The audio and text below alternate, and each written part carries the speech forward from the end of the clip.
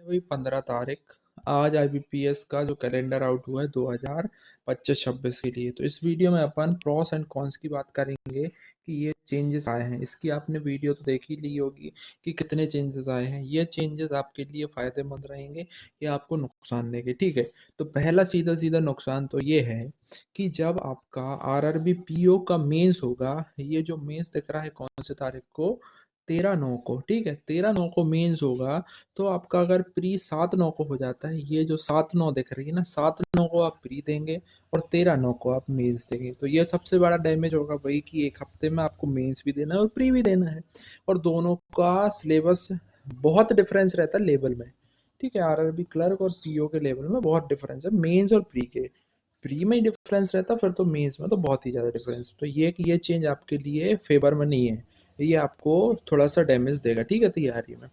फिर नेक्स्ट जो चेंज है, नेक्स्ट चेंज ये है कि आपने आरआरबी क्लर्क का प्री दे दिया, आरआरबी पीओ, पहले आरआरबी पीओ का प्री दिया, ये 3 अगस्त तक, ठीक है, समझ लो 3 अगस्त में आपका लास्ट एग्जाम था। और फिर आपने 7 अगस्त के बाद सितंबर, 7 सितंबर तक इसका प्री दिया आरआरबी क्लर्क का। फिर आपने ये प्री दिया, इसके बाद आपका जो मेन एग्जाम हुआ 13/9 को, 13/9 को आपने दिया इसका मेंस आरआरबी पीओ का। और 13 अगस्त को आपने मेंस दिया, सॉरी क्या हो जाएगा, 13 सितंबर, अगस्त जुलाई अगस्त सितंबर, 13 सितंबर को आपने इसका मेंस दिया। फिर जो इसका मेंस होगा ना आरआरबी क्लर्क का, ये होगा नवंबर में, मतलब सितंबर के बाद अक्टूबर छोड़ के फिर एक महीने बाद होगा।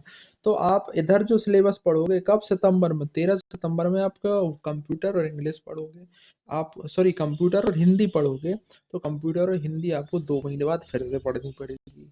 और उसी बीच में एक और देखो, इसी बीच में क्या हो जाएगा, और ये आईबीपीएस पीओ का प्री आ जाएगा, कब आ जाएगा, ये आ जाएगा 4 से 11 अक्टूबर को। तो ये जब प्री आएगा 4 से 11 अक्टूबर को, इधर आपको इंग्लिश पढ़नी पड़ेगी। फिर जो बीच में ये जो प्री इनने कर दिया है ना आईबीपीएस पीओ का, ये डेंजरस है भाई। पहले क्या होता था, पहले जो शेड्यूल था उसमें इन लोग कर रहे थे कि भाई पहले ये लाए आरआरबी पीओ, ठीक है, पहले हफ्ते में, फिर ये लाए आरआरबी क्लर्क, ठीक है, ये हो गया आरआरबी क्लर्क, और फिर थर्ड हफ्ते में ये लाए आईबीपीएस क्लर्क, आईबीपीएस क्लर्क, ठीक है। तो ये तीनों एग्जाम तीनों हफ्ते में होते थे, प्री भी, और तीनों हफ्ते में होते थे मेंस। तो इसमें एक दिक्कत लोगों को नहीं होती थी, क्या नहीं होती थी, कि इन दोनों एग्जाम में ना ऊपर वाले में आपको हिंदी और कंप्यूटर पढ़ना पड़ता था। तो वो मतलब जस्ट एक हफ्ते के अंतर से हो जाते थे, तो वो चीज़ें वहीं ख़त्म हो जाती थी। फिर आपके लिए सिर्फ इंग्लिश और कंप्यूटर, और सॉरी इंग्लिश और रीजनिंग मैथ्स पढ़ने के लिए बचता था। लेकिन अभी दिक्कत ये हो गई है कि बीच में इनने पीओ का प्री कर दिया है, तो इधर आपको इंग्लिश पढ़नी पड़ेगी, आपको फिर अगेन हिंदी और कंप्यूटर पढ़ना पड़ेगा। अब एक फ़ायदा तो हुआ है कि आईबीपीएस पीओ होगा। अगर आपका मेंस नहीं नहीं होता है, ये जैसे किसी का ये वाला मेंस प्री क्लियर नहीं हुआ, लेकिन मैक्सिमम लोगों का यही प्री प्री क्लियर होता है, कौन सा, आरआरबी क्लर्क वाला। अगर आपका ये नहीं हुआ तो आपके लिए बहुत अच्छी चीज़ है कि 9/11 का आपको कोई पेपर नहीं है, आप 13/9 को हो जाओगे फ्री, मतलब 13 सितंबर को हो जाओगे फ्री। 13 सितंबर के बाद आपको सिर्फ इंग्लिश मैथ्स रीजनिंग जीके पढ़ना है, फिर पीओ दो, फिर उधर से सीएसए दो, मतलब क्लर्क, और स्पेशलिस्ट का दो, तीनों एग्जाम आप दे सकते हो, ठीक है। तो मेन इसमें मुझे दिक्कत समझ में आई वो यही है कि भाई आप आरआरबी पीओ के लिए पूरा तरीके से प्रिपेयर करोगे 13/9 को, 13 अगस्त को, फिर आप आईबीपीएस पीओ के लिए प्री पढ़ने लग जाओगे, आपकी इसकी प्रिपरेशन नहीं होगी आरआरबी क्लर्क में इसकी।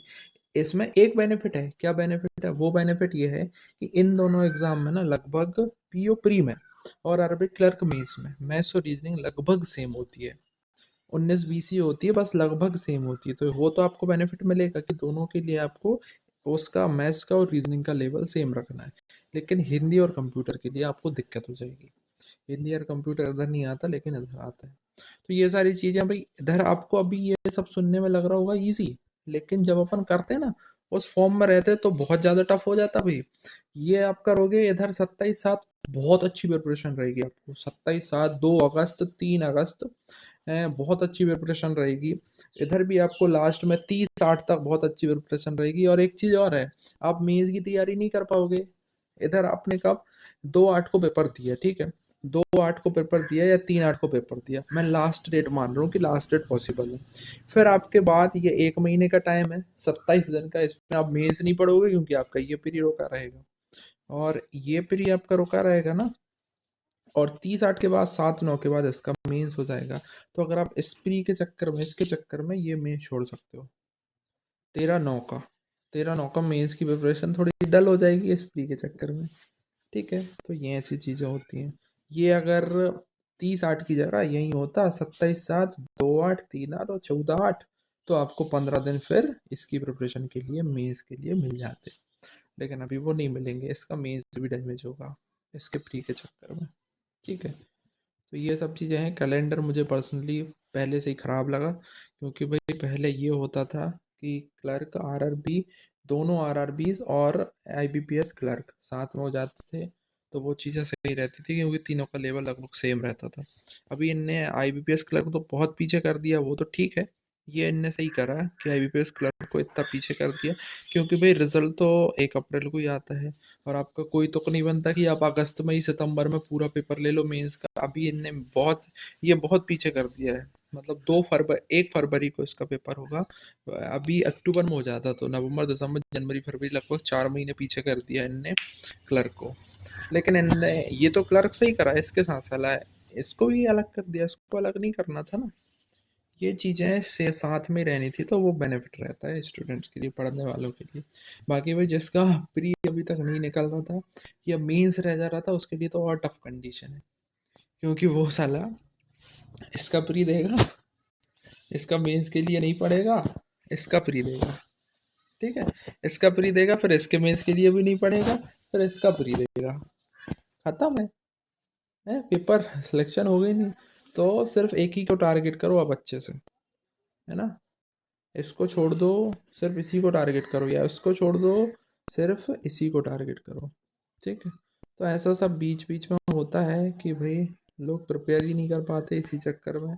कल इसका प्री, परसों उसका क्लर्क, इसका पीओ का प्री, क्लर्क का मेंस, यही सब चलता रहता है और लोग वहीं प्री प्री में घूमते रहते हैं, फिर अच्छा मार्जिन नहीं ले पाते। तो कैलेंडर तो ठीक नहीं है, बाकी भाई कीप प्रिपेयरिंग, ऐसी भी क्लर्क अच्छी अपॉर्चुनिटी है सबके लिए, ठीक है भाई, थैंक यू।